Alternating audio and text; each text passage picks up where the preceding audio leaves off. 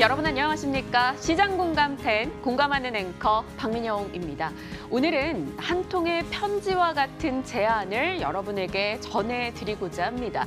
미국계 투자회사 자산운용 금액이 한 4조 원 정도 된다라고 하는데요. 달톤 인베스트먼트가 국민과 대한민국 정부 그리고 국민연금에게 하나의 제안서를 보내왔습니다. 코리아 디스카운트 개선을 통한 경제 발전, 대한민국에 드리는 제안이다라며 수신은 국민연금, 대한민국 정부, 국회, 대한민국 국민이라고 이야기를 꺼냈습니다. 이들의 의견은 한 10장 정도 되더라고요. 이 내용을 좀 추려봤더니 7년 동안 코스피 기업의 이익은 80% 늘었는데 총 주주 수익률은 25%밖에 증가하지 않았다.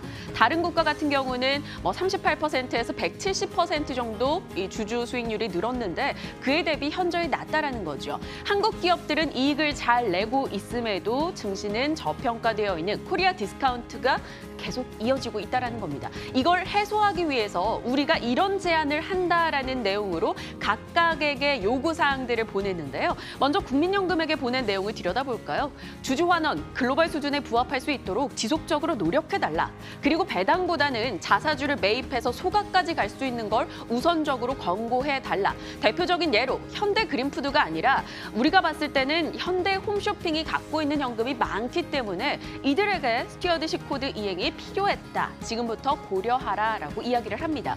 그리고 국민연금이 아닌 이번엔 국회 쪽에 정부 쪽에 제안을 했습니다.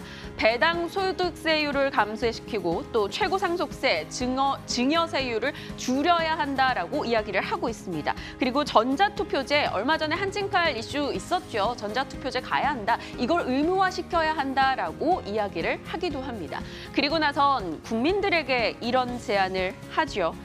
지금 우리가 하고 있는 제안을 지지해달라는 거고요. 주식을 최대한 많이 그리고 오래 보유해달라.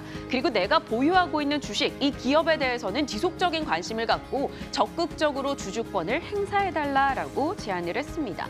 이들은 주식 투자를 하는 것이 경제 민주화의 근간이 될 수 있다 이야기합니다. 그리고 국민연금이 투자를 하고 있기 때문에 국민은 반드시 이 이슈에 관심을 가져야 한다라고 주장을 하고 있죠. 이번에는 강성부 펀드도 함께 제안을 한 내용인데요. 이례적인 일입니다. 엘리엇은 삼성에 국한했지만 이번 달톤 인베스트먼트 같은 경우는 문화와 관행 전반적으로 이야기를 꺼내면서 국가와 정부 그리고 국민에게 이야기를 했죠. 분명 이와 관련해서 우리가 받아들여야 될 부분이 있는 것 같아요. 좀 생각해볼 문제인 것 같아서 짚어봤습니다. 그리고 오늘 시장공감태는 삼성의 언팩 행사 얘기도 해야 되고요. 모처럼 들썩이고 있는 롯데그룹주에 대한 이야기도 나눌 겁니다. 다양한 이슈, 전략 담았습니다. 지금부터 함께 하시죠.